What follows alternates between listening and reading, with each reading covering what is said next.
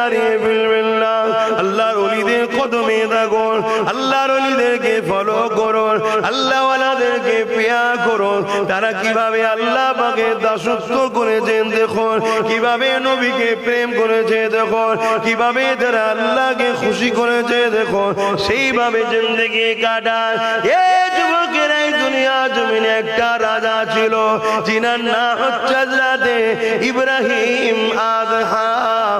জগৎ বিখ্যাত একজন ওলি হয়ে গেছে, কিন্তু প্রথম জিন্দেগিতে তিনি বিরাট বড় ক্ষমতাশালী রাজা ছিলেন। তিনি রাজদরবারে যখন বসে থাকতেন, দুদিকে শয়ে শয়ে লোকেরা, তিনার পাহাদাররা উলঙ্গ তরোয়াল হাতে নিয়ে দাঁড়িয়ে থাকতো। এই তরোয়ালকে নিয়ে পাহারা দিয়ে রাখতো তিনাকে। এত বড় রাজ ক্ষমতা ছিল।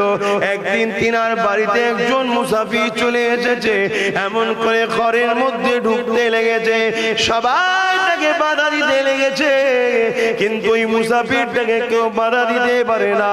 একেবারে রাজার সিংহাসনে বসে আছে, ওই জায়গায় এসে হাজির হয়ে যায় আল্লাহ পাকের বান্দা হযরত ইব্রাহিম আদহাম। সুলতান জিজ্ঞাসা করতে লেগেছে, এ ফকির সাহেব, তোমার কি খবর? তোমাকে সবাই বাধা দেয়, রুখতে পারে না, কি খবর? তুমি এখানে কি খুঁজে বেড়াও? ওই সময় ওই ফকির দরবেশ বলেছিল, আমি মুসাফির খানা ঘুরে বেড়াই, ওই জায়গাতে আমি একটু থাকবো। ওই সময় রাজা রেগে গিয়ে বলেছিল, এটা একটা রাজপ্রাসাদ, তুমি কি দেখতে পাও না? এটা মুসাফির খানা নয়। হযরতে গমন করে ইব্রাহিম আদহামের কথা শুনে ওই দরবেশটা বলেছিল, তুমি যেখানে বসে আছো এখানে আগে কে বসতো? বলতো আমার আব্বা বসেছে। তার আগে কে বসতো? আমার দাদু বসেছে। ওই সময় ওই দরবেশ মানুষ বলে, তাহলে এটা মুসাফির খানা নয় তো আর কি?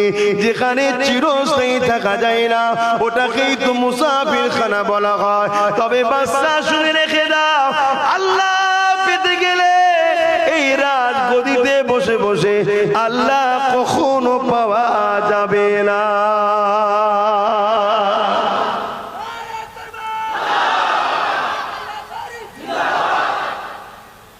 এই কথাটা বলে ফকির ওপরের দিকে উঠে গেল।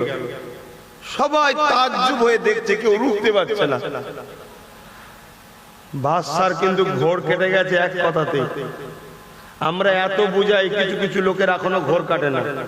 একটা ছোট্ট কথা দিয়ে বাদশার কিন্তু ঘোর কেটে গেছে, কারণ নসিব ভালো। তাই বাদশা উঠে পড়েছে, ফকিরকে তালাশ করতে উপরে দেখতে পায় না। ঘোড়ার পিঠে বসে বেরিয়ে পড়েছে একা, এত পাহাড়দার সব ছেড়ে দিয়ে ফকিরকে খুঁজে বেড়াচ্ছে। খুঁজতে খুঁজতে খুঁজতে এক ধারে গিয়ে পেয়েছে, যে বলছে, বাবা, আল্লাহ পেতে গেলে কি করতে হবে? ফকির বলছে, সর্বপ্রথম আরামের জিন্দেগিটা ছাড়তে হবে। জোরে বলুন সুবহানাল্লাহ। আর আমরা তো আরামের জিন্দেগির জন্যই সবকিছু করছি, হ্যাঁ? আর বলছে সর্বপ্রথম আরামের জিন্দেগিটাই ছাড়তে হবে। আরামের জিন্দেগিতে, আরামের গদিতে, আরামের বিছানায় আল্লাহ পাওয়া যায় না। ওখানে ঘুম আসবার, ঘুম হলেই শয়তান ধোঁকা দেবে, হিতা পাঠাবে, হুতা পাঠাবে, এই ছবি দেখাবে, ওই ছবি দেখাবে। ওই না, আরামের বিছানা ছাড়তে হবে।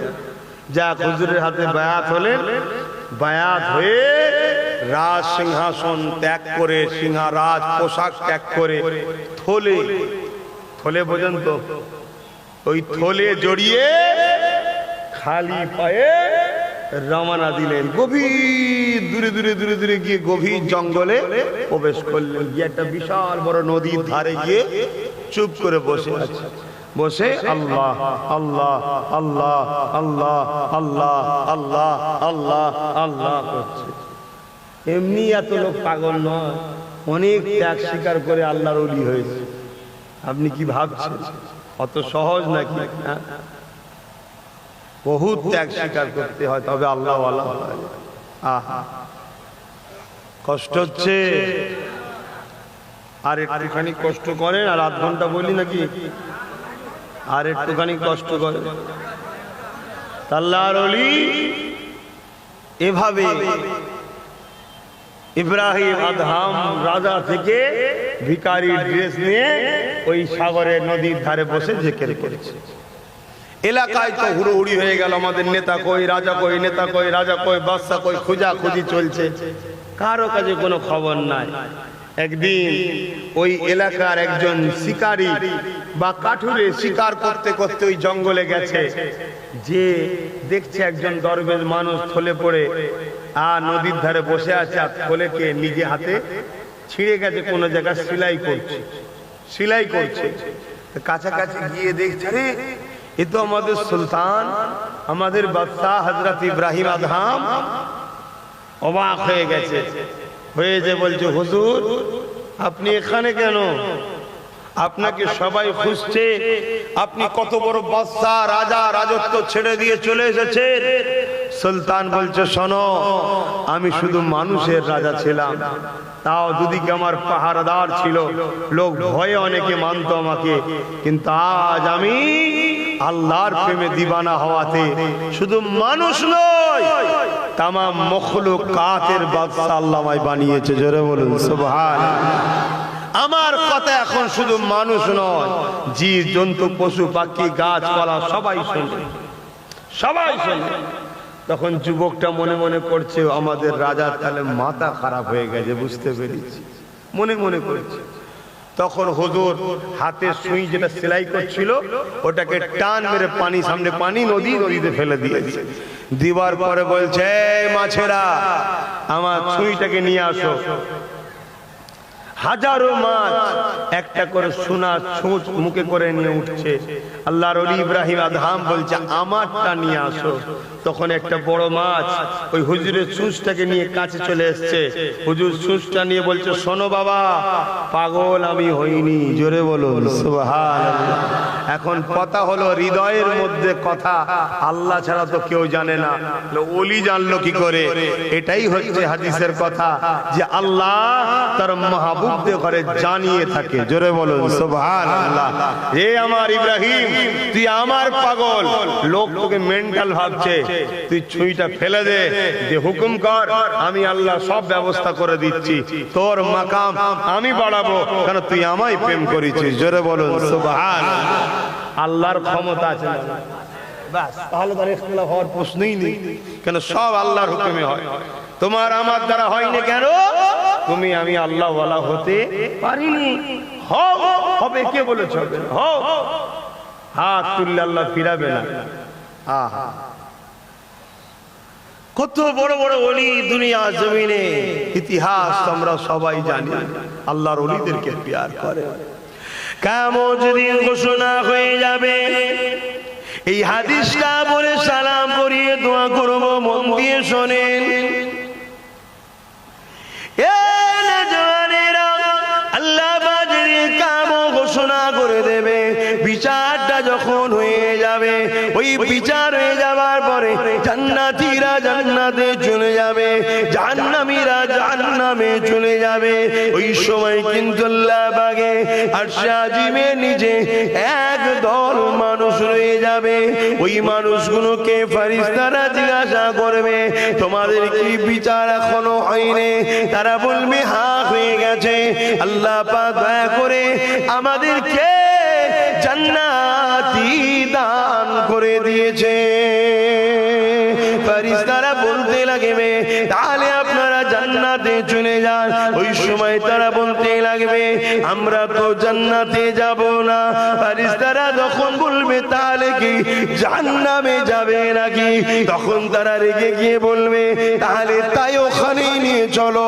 যখন নিয়ে যাওয়া হবে, জাহান্নাম চিৎকার দিয়ে বলতে লাগবে, ও রব্বি আল্লাহ পাক, যাদের হৃদয়ে আপনার হাবিবের প্রেমের আগুন জ্বলে, এদেরকে আমি জাহান্নাম আমার ভেতরে নিয়ে আসবে না। আপনার ফেরেশতাদেরকে রুখে দেন আল্লাহ, কেননা যাদের হৃদয়ে আপনার হাবিবের প্রেম জ্বলে, ওদেরকে কি পোড়াবো? আপনার প্রেমের আগুনেতে আমি জাহান্নাম ধ্বংস হয়ে যাব। এই সময় আল্লাহ পাক বলবে ফেরেশতারে কেন ওদেরকে নিয়ে যেতে লেগেছো, ওদেরকে জিজ্ঞাসা করো ওরা কি চায়। ওই সময় তারা বলতে লাগবে তোমরা কি চাও বলো।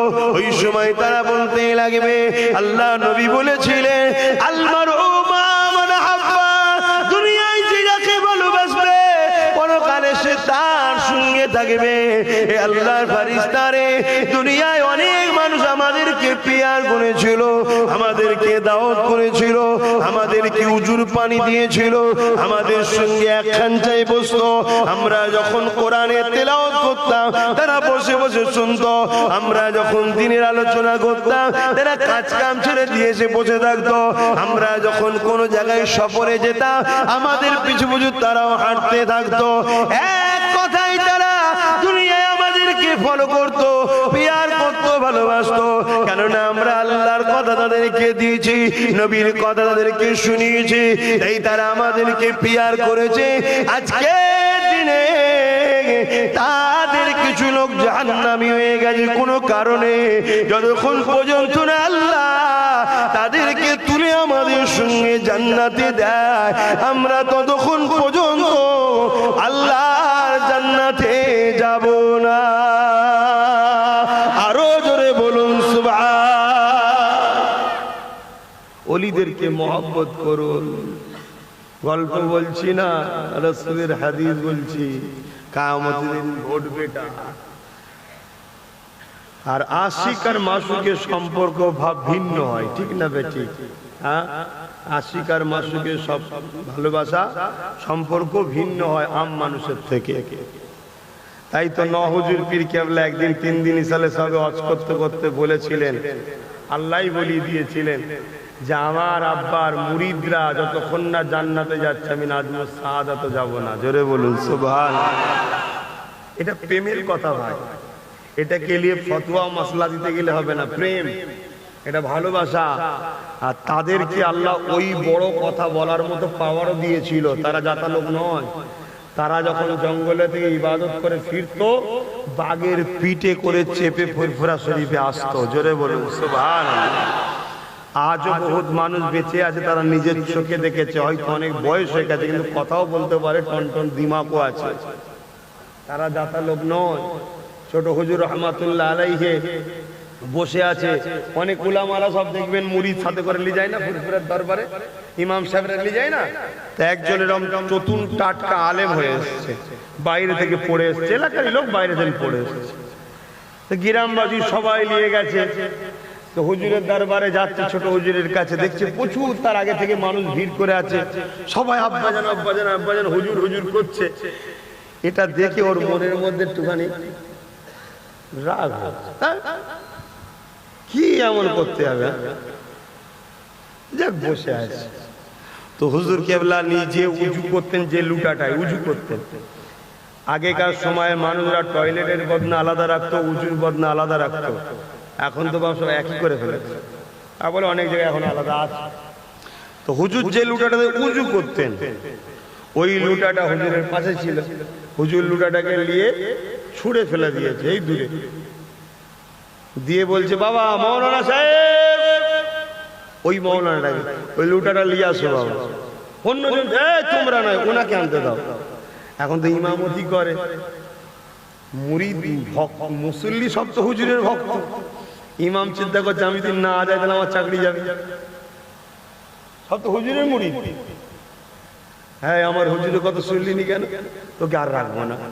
সে এক টেনশন আছে ইমামের। ইমাম যাই হোক উঠে পড়েছে, উঠে লুটা আনতে যাচ্ছে।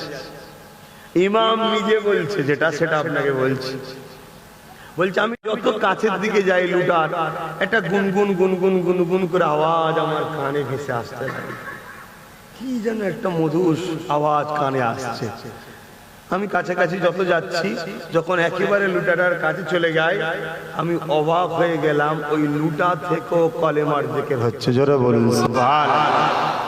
আপনি অবিশ্বাস বা অভাব কিছু মনে করবেন না। কেন? আল্লাহর ওলিদের চতুর্দিকে যারা থাকে তারা সব সময় ওলি জিকির করে, সাথে সাথে তারাও ওই তাসিরে তারাও জিকির করতে শুরু করে দেয়। জোরে বলুন সুবহানাল্লাহ। এজন্য বলা হয় ওলিদের সোহবতে থাকো। যদি একটা লুটা থেকে থেকে জিকির করা শুরু করে দেয়, তার জান নেই, জান আছে নাকি? আপনি বলবেন জান নেই তো কথা বলে কেন? তাহলে আপনাকে হাদিস শোনাতে লাগবে, নবীর হাদিস বুখারী শরীফের। আপনারা সবাই অস্তা জানেন কিন্তু ভুলে যান। উস্তুনে হান্নান আছে খেজুর গাছের কাটা গুড়ি, নবীর মেম্বারে দাঁড়িয়ে রবি হেলানতে খুতবা দিত। কেঁদেছে না কাঁদেনে? কথা বলেছে না বলেনে? কি গো, ওই দিন খেজুরের গাছের গুড়িটাকে কথা বলিয়েছিল কে? জোরে বলুন। ক্ষমতাটা কার? আল্লাহর ক্ষমতা। ছোট হুজুর পীর কেবলা এই যে আলেমটাকে যে কারামতি আল্লাহ দেখাচ্ছে, ওলিদের দ্বারা কারামতি হয়, নবীদের দ্বারা মুজিজা হয়, অলৌকিক ঘটনা, এইটা কে করাচ্ছে? হুজুর তো করাচ্ছে না, আল্লাহ করাচ্ছে। কেন? আল্লাহর ওলি মর্যাদা কি আল্লাহ তার যে অপছন্দ করে তার হৃদয়ও জাগাচ্ছে। তবে হ্যাঁ, আমি বলবো আলেমটার নসিব ভালো ছিল, তাই আল্লাহ ওকে দেখিয়ে দিয়ে পরিবর্তন করে পরবর্তীতে হুজুরের হাতেও বায়াত হয়ে সেও একজন বড় আল্লাহওয়ালা মানুষের চলে গেছে। জোরে বলুন সুবহানাল্লাহ। যাই হোক, আল্লাহর ওলিদেরকে প্যার করেন, ভালোবাসেন। আসেন একটু সালাত ও সালাম দেবো। ইয়া নবী সালাম।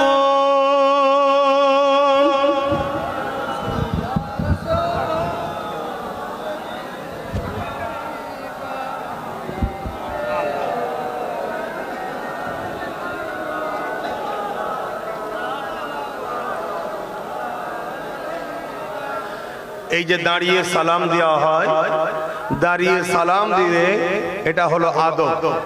সালাম দেওয়াটা হলো কোরআনের হুকুম, দাঁড়ানোটা হলো আদব। আর আদব আদব আল্লাহর ওলি হয়, বিয়াদব আবু জেহেল হয়। আদব ওমর ফারুক হয়ে গেছে, জোরে বলুন সুবহানাল্লাহ। বিয়াদব আবু জেহেল হয়ে গেছে। তাই আহলে সুন্নাত ওয়াল জামাতের আকীদায় আমরা দাঁড়িয়ে দিই। কিন্তু কেউ যদি মাজুর বা কোনো প্রয়োজনে বসে দেয়, তা বলে সে যে বেঈমান কাফের হয়ে গেছে, ইসলাম থেকে বেরিয়ে গেছে, এমন দলাদলি যেন করবেন না। কেন? বসে দেওয়াটাও হারাম নয়, জায়েজ আছে। কিন্তু বসে দিলে শুধু সালামের হক আদায় হয়, দাঁড়িয়ে দিলে সালাম ও আদব দুটোর হক আদায় হয়। জোরে বলুন সুবহানাল্লাহ। ইয়া নবী সালাম, ইয়া রাসূল, ইয়া হাবিব সালাম।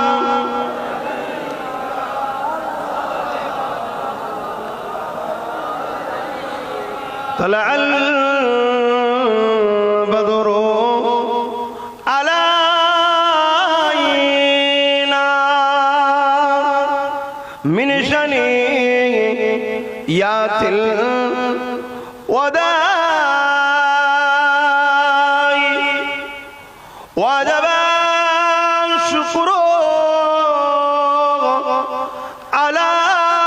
আলাইনা মাদা লিল্লাহ আহিদাই। ইয়া নবী সালাম, ইয়া রাসূল,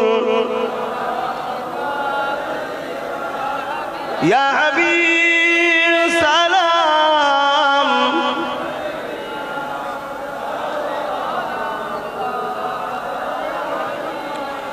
কঠিন হাসরের দিনে কি আছে মোদের কপালে, গুনাহগার উম্মাহ আত আপনার লইবেন সঙ্গে এ মাহশরে। ইয়া নবী সালাম,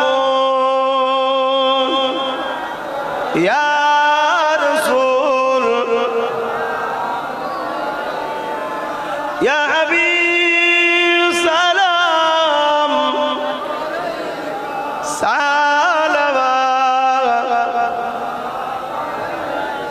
সকলে বস।